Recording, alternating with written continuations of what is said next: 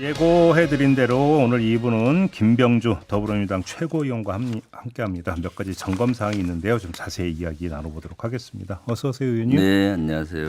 네. 일단 어제 한겨레가 보도한 내용이 있는데 네. 이게 10월 말에서 11월 초 사이에 백령도 일대에서 국정원이 707 특임단의 협조를 받아서 북한 오물 풍선을 레이싱 드론으로 수차례 격추한 바가 있다. 이런 요지의 내용이었는데 그리고 나서 국정원과 합참은 사실 무근이라고 부인을 했거든요. 네, 네. 근데 또 이 그 안을 제안을 했다는 홍장원 전 국정원 1차장은 그렇게 적극 부인은 또 안 하더라고요. 네. 진실이 뭘까요? 그랬을 가능성이 있죠, 사실은. 했을 가능성이 네, 있다. 네, 예. 왜냐하면은 예. 홍장원 1차장이 적극 부인을 안 했고, 그렇죠. 하니까 이것은 이제 저도 국방위 차원에서 좀 더 보고 있는 중이거든요. 예. 네, 예. 근데 일단 지금 합참의 설명에 따르면 북한의 오물풍선이 백령도 쪽으로 날아오지도 않고 네. 707 특임단이 뭐 드론과 상관이 있는 부대도 아니다. 이런 지금 설명을 했잖아요. 이 점은 어떻게 보세요?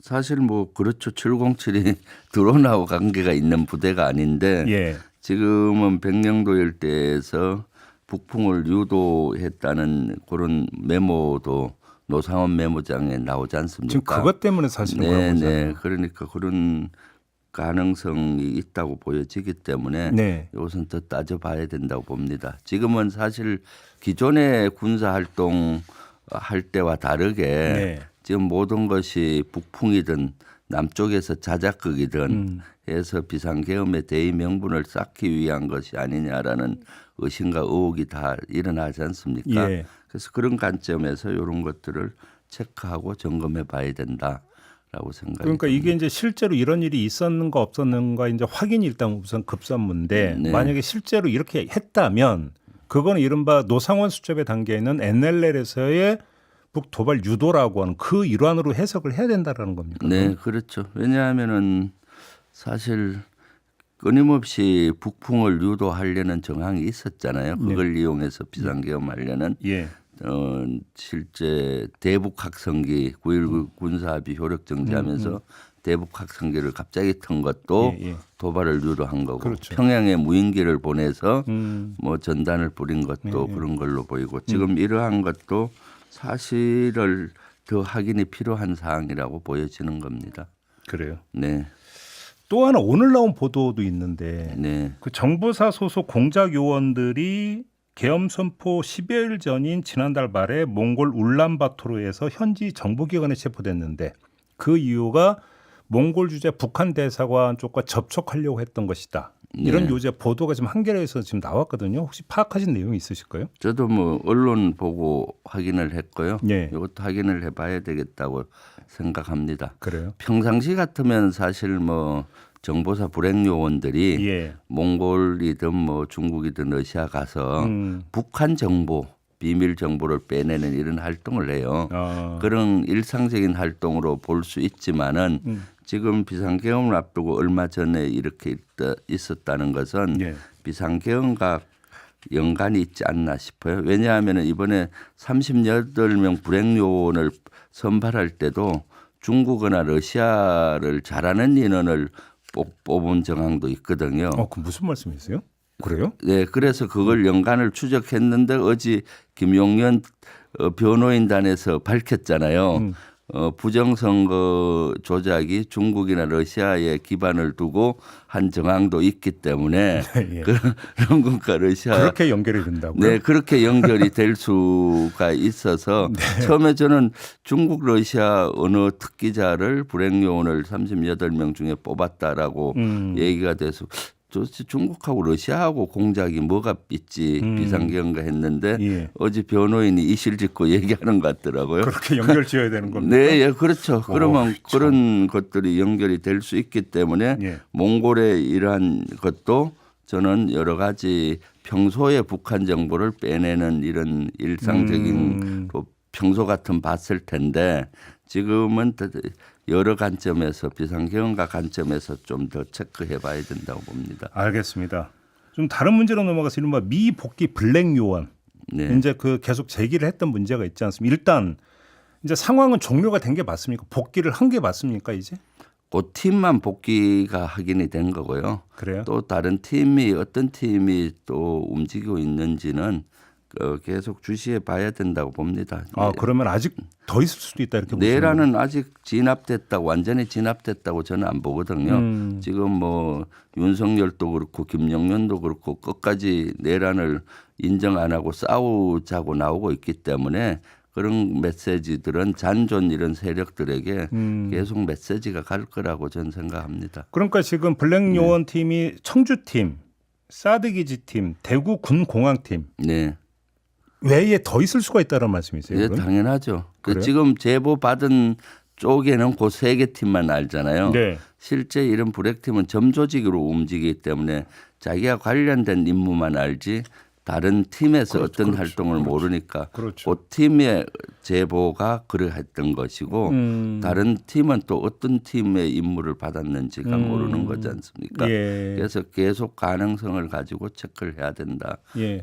보여지죠. 그러니까 의원님 같은 경우는 바로 이제 이 어떤 팀들이 계속 활동하고 있을 가능성을 계속 제기를 하셨고 국방부는 아니다. 네. 상황 종료됐고 복귀했다고 그러니까 해명을 했고 여기서 이제 약간 혼선이랄까 엇갈림이 있었잖아요. 근데 이게 지금 말씀하신 그 팀은 판교에 대기하고 있었던 그 38명과는 별도의 팀인 거잖아요. 네, 당연하죠. 그러니까. 이것은 불행 요원들이 어떻게 운용하는지 알면은 쉬운데 네. 어떻게 하는가 하면 판교에 있는 불행 요원 팀이 소령 중령 위주로 돼 있어요. 부사관하고. 그럼 소령 한 명이 불행 요원이면은 자기의 사조직 비슷하게 첩보원 조직을 한 개에서 한 세 개 조직은 갖고 있어요. 예. 자기가 직접 다 뛰는 게 아니라 평소 사람을 포섭을 해서 그 조직을 운영하거든요. 저는 이번에 이 조직원들에게 임무가 같다고 봐요. 근데 불행요원하고 선이 끊어지다 보니까 불안했던 거죠. 그래서 이 조직원들은 예를 들면은 전역한 그 불행 요원을 했던 요원들이라든가 네. 또는 북파 공방자원이라든가 또는 탈북자 또는 조선족 이런 여러 북한의 정보를 알만한 사람들을 포섭을 해서 조직원을 운영을 하거든요. 그리고 평소 자기 생활하다가 여차하면은 소집이 돼서 이런 임무를 하는데 이번에는 그런 팀이기 때문에 뭐 현역이 정보사의 불행요원 다 복귀했다.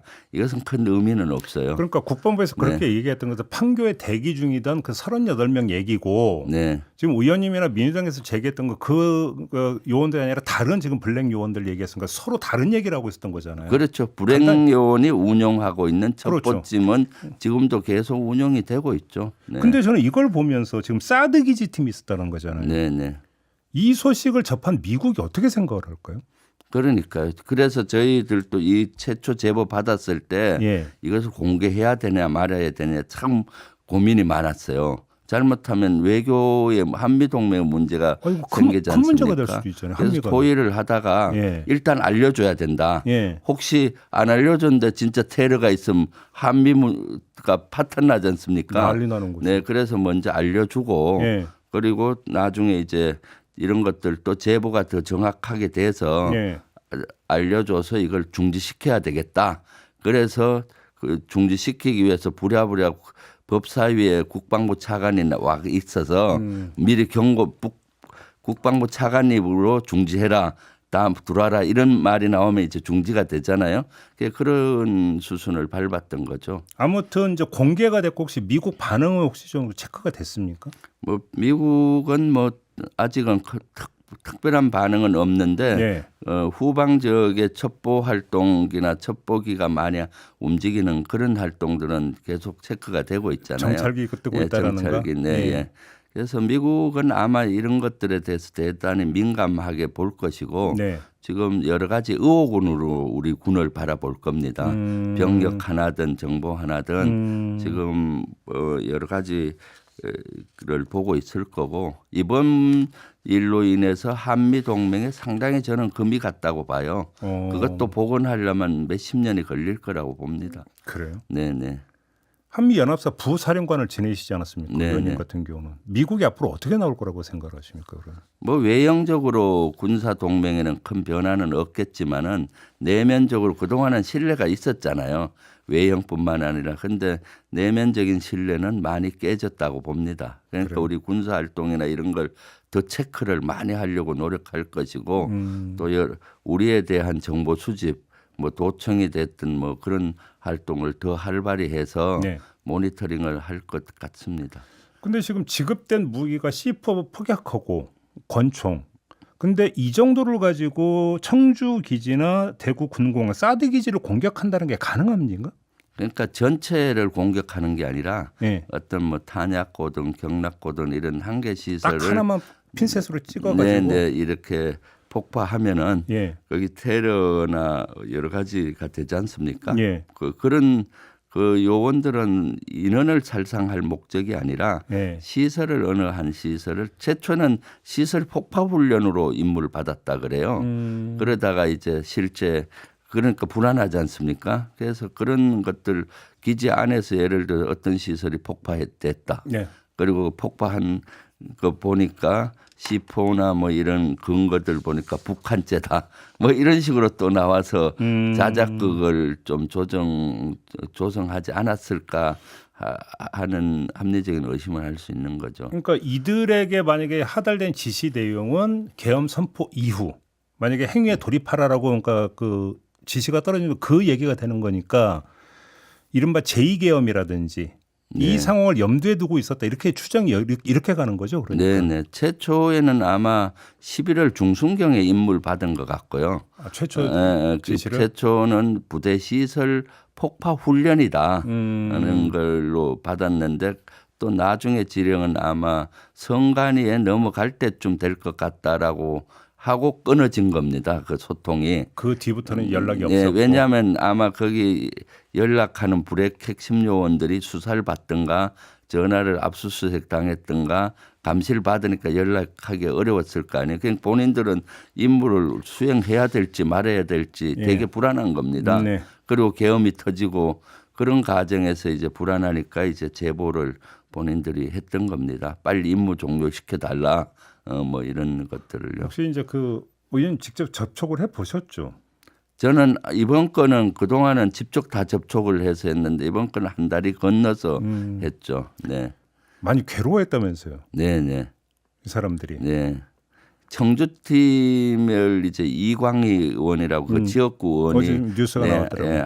그 제보자를 만나서 들어봤더니 처음에는 뭐 그냥 단순히 폭파 훈련인지 알고 했는데 계엄이 선포되고 이게 아니다. 네. 자기들은 국가를 위해서 평생 일해왔는데 네. 이거는 그 퇴를 하라는 거 아니에요. 그렇죠. 그래서 대단히 괴롭고 했는데 명령도 안 내려오고 끊어지고 그래서 불안한 상태에서 이제 제보를 했는데 임무를 종료하게 민주당이 나서서 뭐 여러 가지 했지 않습니까? 해서 오히려 고맙다.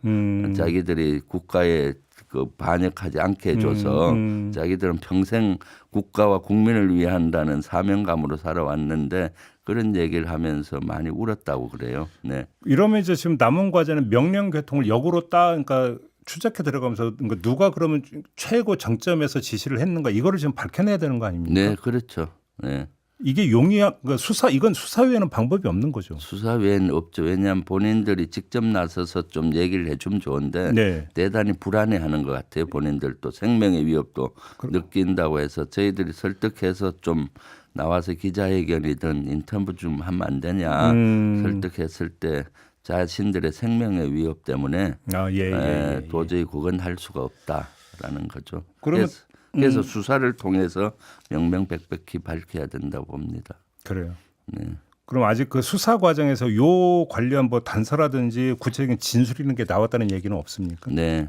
그래서 저는 뭐 그 추정은 하고 있어서 추정? 네, 수사 기관에 어떤 조직에서 했을 것 같다라고 제보는 했습니다. 수사기관에. 그래요? 네, 왜냐하면 지금은 밝힐 수 없는데 그런 요원들을 규합할 수 있는 또 그 불행 요원이 어떤 요원인지 그 불행 요원 전문가들하고 조언을 받아 보니까 좀 있겠더라고요. 그래서 수사도 그런 쪽에 좀 했으면 좋겠다라고 의견은 좀 군 쪽을에서 최우선적으로 그런 데를 해봐라. 예. 지금 왜냐하면 압력하는 또 다른 조직이 있을 수 있잖아요. 예. 그럼 또 테러라든가 할 수 있기 때문에 빨리 이걸 막아야 되니까 군 수사기관이 좀 적극적으로 나서서 해봐라라고 좀 조언을 했죠. 그 암약하는 다른 조직이 있을 가능성은 이론적 가능성입니까? 아니면 실제화될 가능성이 징후가 조금이라도 있는 겁니까? 어떻게 봐야 되는 겁니까? 일단 조직은 다 갖고 있지 않습니까? 예.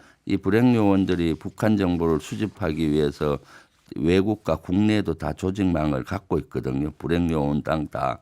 그 조직에 어떤 임무가 갔는지 모르지 않습니까? 그렇죠. 네, 그렇기 때문에 지금 그러면서 예를 들어서 윤석열이가 체포되고 구속되고 그렇다면은 임무가 끝날 수 있는데 아직 버젓이 살아 있고 김용현 대변인이 나와서 끝까지 싸우겠다 하고 당위성도 얘기하고 하니까 예. 그 잔존 세력들도 일말의 기대를 갖고 있으리라고 봅니다. 자기 임무에 대한 어떤 해야 되는지에 대해. 그래서 이것은 그래서 아직 내란은 지속되고 있고 예. 내란 진압이 최우선이다라고 예. 봅니다. 알겠습니다. 오늘 말씀 일단 여기까지 듣도록 하겠습니다. 고맙습니다, 네, 의원님. 감사합니다. 네, 김병주 더불어민주당 최고위원과 함께했습니다.